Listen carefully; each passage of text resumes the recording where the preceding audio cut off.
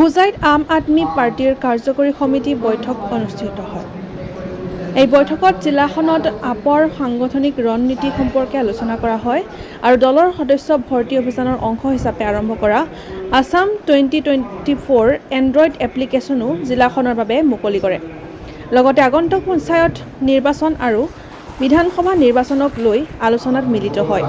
এই অনুষ্ঠানটোত উপস্থিত থাকে উত্তৰ পূৰ্বাঞ্চলৰ আপৰ তত্ত্বাৱধায়ক ৰাজেশ শৰ্মাৰ লগতে ৰাজ্যিক নেতৃত্বৰ হৈ উপস্থিত থাকে অসমৰ ৰাজ্যিক সভাপতি ডক্টৰ ভৱেন চৌধুৰী, অসমৰ ৰাজ্যিক কাৰ্যনিৰ্বাহক সদস্য ৰাজীৱ শইকীয়া, অসমৰ ৰাজ্যিক নেতা ৰমেন বৰঠাকুৰ, ৰাজ্যিক নেতা সৌমিক সেনগুপ্তা আৰু অম্লান হাতীবৰুৱা উপস্থিত থাকে। সমগ্ৰ অসমতে সংগঠনটো অধিক শক্তিশালী কৰিবৰ কাৰণে জিলা সমিতিবোৰ পুনৰ্গঠন কৰিবৰ কাৰণে সাংগঠনিক কাৰ্যসূচী অব্যাহত ৰাখিছে।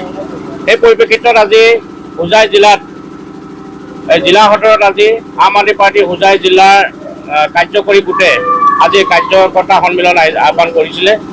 এই কাৰ্যকৰ্তা সন্মিলনৰ যোগেদি আমি আগন্তুক দিনত এই জিলাত তিনিওটা বিধানসভা সমষ্টিত আমাৰ সংগঠনৰ ভেটি আৰু অধিক শক্তিশালী কৰিবৰ কাৰণে আমি মন লৈছোঁ। আৰু এই মাহৰ শেষৰ ফালে হোজাই জিলা সমিতি পূৰ্ণ পৰ্যায়ৰ কমিটি গঠন হ'ব, কাৰ্যকৰী কমিটি গঠন হ'ব। এই কাৰ্যকৰী কমিটিয়ে আগন্তুক দিনত হোজাই জিলাত সংগঠনটো কেনেদৰে আগবঢ়াই লৈ যাব লাগে সেই সম্পৰ্কত কাম কাজ কৰিব। আগন্তুক 2026 চনৰ বিধানসভা নিৰ্বাচন আছে, তাৰ আগতে পঞ্চায়ত নিৰ্বাচন আছে। এই গোটেইবিলাক নিৰ্বাচনত যাতে আমি সৰ্বশক্তিৰে নিৰ্বাচন অৱতীৰ্ণ হ'ব পাৰোঁ, আমাৰ জয় নিশ্চিত কৰিব পাৰোঁ, তাৰ কাৰণে আমি ইতিমধ্যে আমাৰ কাম কাজ আৰম্ভ কৰিছোঁ।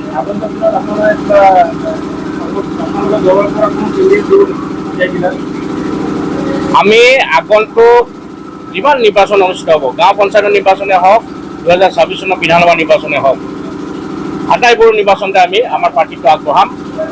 আমাৰ লামডিং, বিনাকান্দি, হোজাই এই তিনিটা বিধানসভা সমষ্টিত আমি 2026 চনত যাতে শক্তিশালী পাৰ্টি দিব পাৰোঁ আৰু কংগ্ৰেছ বিজেপি যি ভ্ৰষ্টাচাৰী তেওঁলোকৰ কাম কাজ, তেওঁলোকৰ ভ্ৰষ্টাচাৰ যাতে আমি হোজাই জিলাৰ পৰা উৎখাত কৰিব পাৰোঁ, তাৰ কাৰণে আমাৰ দলৰ পাৰ্টিক জয়যুক্ত কৰিবৰ কাৰণে আমি ৰাইজৰ মাজলৈ আমি আগবাঢ়ি যাম। होजाई जिला की कर्मी सभा है और आप लोगों ने देखा है कि पूरे होजाई जिले से तीनों समष्टि से हमारे कार्यकर्ता आए हैं। हम लोग पूरे असम में सदस्यता अभियान चला रहे हैं और इस सदस्यता अभियान में हमारे सभी कार्यकर्ता घर घर जाकर और लोगों को पार्टी के साथ जोड़ेंगे, क्योंकि अभी आने वाले दिनों में असम में पंचायत के चुनाव होने वाले हैं और पंचायत के चुनाव के बाद विधानसभा के चुनाव हैं। दोनों ही चुनाव आम आदमी पार्टी के लिए महत्वपूर्ण है। आम आदमी पार्टी इस बार पूरी ताकत के साथ पंचायत का चुनाव लड़ेगी और पंचायत के चुनाव के बाद विधानसभा का चुनाव लड़ेगी। उसी की तैयारी के लिए हम लोगों ने ये सारा कार्यक्रम अपना शुरू किया है, जिसमें सबसे पहला काम है कि हमें हर एक बूथ पे कम से कम 10 लोग चाहिए। जब तक संगठन खड़ा नहीं होता है तब तक चुनाव जीतना नामुमकिन होता है। अगर चुनाव जीतना है तो हमें संगठन, मजबूत संगठन खड़ा करना पड़ेगा और योग्यता के आधार पर संगठन बनाना पड़ेगा। इसी क्रम में हम लोग अभी सभी डिस्ट्रिक्ट की कर्मी सभा कर रहे हैं। अभी जिला की समितियों की घोषणा होगी और राज्य समिति भी नए सिरे से गठन की जाएगी।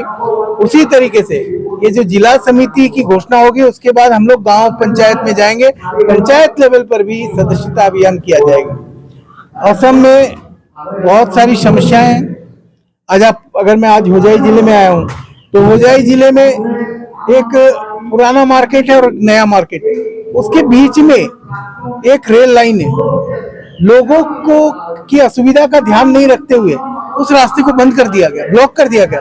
एक शहर के 2 हिस्से बन गए, तो ना बाजार करने वाले लोग आ जा पा रहे हैं, ना स्कूल बच्चे जा पा रहे हैं, किसी को हॉस्पिटल ले जाना है उसमें भी असुविधा हो रही है। ऐसी जो छोटी छोटी समस्या आम आदमी पार्टी उसको लेकर आंदोलन कर रही है, यहाँ के कार्यकर्ता लगे हुए हैं। लेकिन सरकार को जनता की समस्या के समाधान के लिए काम करना चाहिए। असम की में सरकार इस तरीके से हो गई है कि ना यहाँ पे स्कूल ठीक है, ना हॉस्पिटल ठीक है, ना पानी की व्यवस्था है। ठीक है, आप लोगों ने देखा म्युनिसिपल बोर्ड जो है यहाँ कितना बड़ा बड़ा भ्रष्टाचार किया है, जो जबड़ा डालते हैं उसमें भी भ्रष्टाचार। तो हर तरीके से बीजेपी की सरकार भ्रष्ट सरकार है।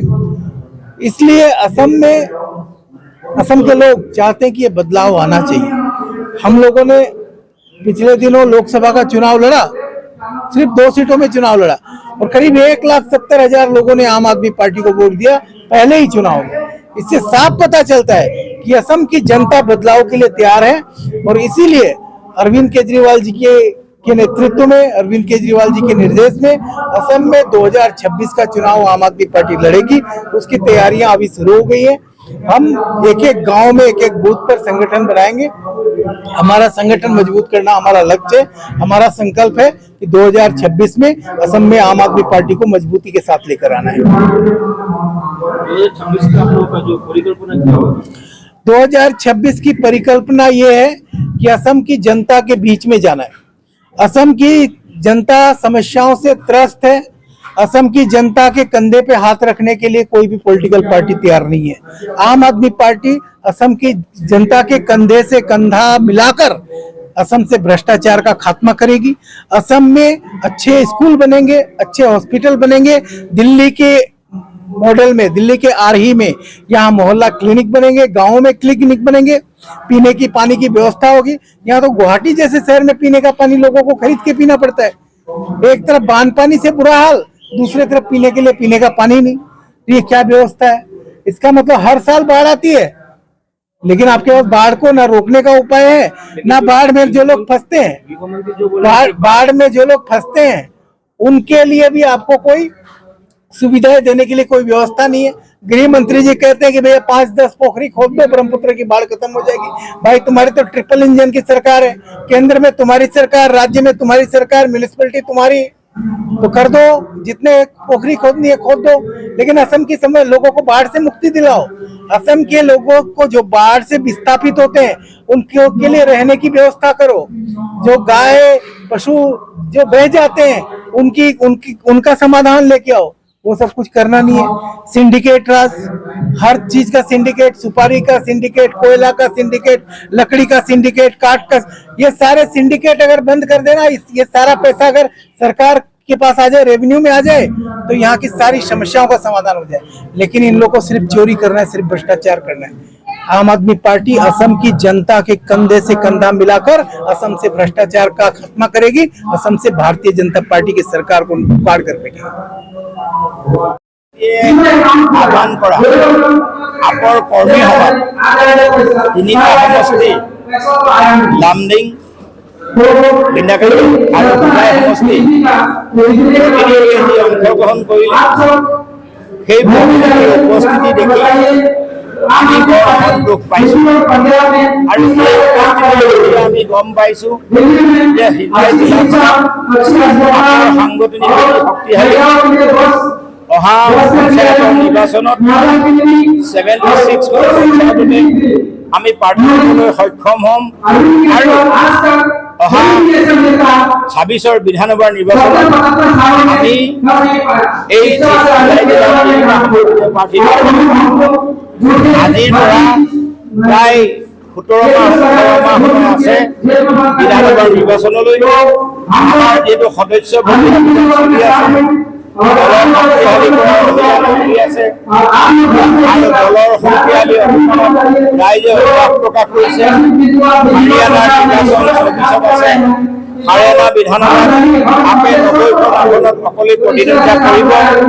দিল্লী বিধানসভাত 25ত আছে। দিল্লী বিধানসভাতো আপে অকলে প্ৰতিদ্বন্দ্বিতা কৰিব আৰু 2026ৰ অসমৰ 26খন বিধানসভা নিৰ্বাচনত প্ৰতিদ্বন্দ্বিতা কৰিবৰ কাৰণে সাংগঠনিক ৰাইজে আপৰ বিকাশ ঘটিছে। কাৰণ দেশত ৰাইজে বিজেপিকো দেখিবলৈ পালে, কংগ্ৰেছকো দেখিবলৈ পালে। কংগ্ৰেছৰ দুৰ্নীতি আৰু ভ্ৰষ্টাচাৰৰ বিপৰীতে বিজেপি অসমত 16 আৰু কেন্দ্ৰত 14 চনত আহিছিলে। কিন্তু আমি এটা কথা আমি দেখা নাপালোঁ যে ভ্ৰষ্টাচাৰৰ পৰিৱৰ্তে কোনোবা নেতাক জেলত নিক্ষেপ কৰাৰ পৰিৱৰ্তে অসমত কংগ্ৰেছ আৰু বিজেপিয়ে মিলা পিছা কৰি ৰাজনীতি কৰে। তাৰে এটা উদাহৰণ মই কৈছোঁ যে মাননীয় মুখ্যমন্ত্ৰী হিমন্ত বিশ্ব শৰ্মা ডাঙৰীয়াই কয় ৰকিবুল হুছেইন গড় হত্যাকাৰী, ৰকিবুল হুছেইন গড় হত্যাকাৰী, আৰু প্ৰত্যুত্তৰত ৰকিবুল হুছেইনে কয় মই চিণ্ডিকেটৰ কথা কোৱা নাই।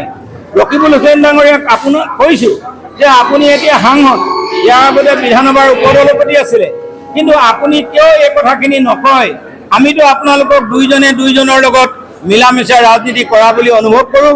সেয়েহে মই অসমৰ জনসাধাৰণক এটা সুস্থ বাতাবৰণে আপৰ শাসনক যাতে অসমে সুফল পাব পাৰে, যেনে দিল্লীত স্বাস্থ্য, বিজুলী, পানী বিনামূলীয়া কৰি দিছে, হাৰিয়ানাত যোৱাকালি 5টা গেৰাণ্টিৰ কথা কৈছে, 1000 মহিলাসকলক 1000কৈ টকা দিয়াৰ কথা কৈছে, স্বাস্থ্য, বিজুলী, খোৱা পানী ফ্ৰীকৈ দিয়াৰ কথা কৈছে। অসমতো যাতে এই সুফল আপৰ দ্বাৰা অসমৰ ৰাইজে পায় তাক আমি আহ্বান জনাইছোঁ। আৰু শেষত 18 বছৰৰ পৰা 90 বছৰলৈকে যিবিলাক মানুহে এটা ৰাজনৈতিক প্ৰতিচ্ছবি সমাজত তৈয়াৰ কৰিব পাৰিছে, এটা সুস্থ ভাৱমূৰ্তি তৈয়াৰ কৰিব পাৰিছে, যুৱকেই হওক, যুৱতীয়েই হওক, বয়সস্থই হওক বা সম্পূৰ্ণভাৱে প্ৰাপ্তবয়স্ক হয়কে হওক, সকলোকে আমি আপ দলত যোগদান কৰি দলটো শক্তিশালী কৰিবলৈ আহ্বান জনাইছোঁ। 2026 আপোনাৰ বিধানসভা ইলেকশ্যনৰ পৰিকল্পনা কি হ'ব? আমি পৰিকল্পনা প্ৰথমতে চাওক যে এটা দলৰ সদস্য সংখ্যাৰ গণভিত্তিয়ে হ'ল দলটোৰ শক্তিশালী নে দুৰ্বল পৰিণত কৰে। আজি আপোনালোকে দেখিছে আমাৰ মিছ কল দি যি সদস্য ভৰ্তিৰ অভিযান, এতিয়া অসমত আপৰ সকলো কমিটি ভংগ কৰা হৈছে, জিলা জিলাত কনভেনৰ কমিটি কৰা হৈছে, অসমত ষ্টেট কমিটি কৰা হৈছে। তাৰ মূল কথালৈ হ'ল বিশাল সদস্য ভৰ্তিৰ বাবে আমাৰ দল সংগঠিত কৰিবলৈ আমি বিচাৰিছোঁ। আৰু আমাৰ দলত যেতিয়া সদস্যভৰ্তি হ'ব, অসমৰ 1088খন পঞ্চায়তত যেতিয়া আমি পঞ্চায়তৰ প্ৰতিনিধি নিক্ষেপ কৰিব পাৰিম, আমাৰ দল শক্তিশালী হৈ উঠিব। আৰু 2026ত আমি 126টা সমষ্টিত সকলোৱে নিৰ্বাচন খেলিবৰ কাৰণে আমি প্ৰস্তুতি চলাইছোঁ। কংগ্ৰেছ দলৰ পৰা কোনো দলীয় কৰ্মী যোগদান কৰিব নেকি? আপোনাৰ বহুতে যোগাযোগ আছে, অকল কংগ্ৰেছ দলেই নহয়, আপোনাৰ অসম জাতীয় পৰিষদ বিজেপিৰ পৰাও দললৈ আহিব।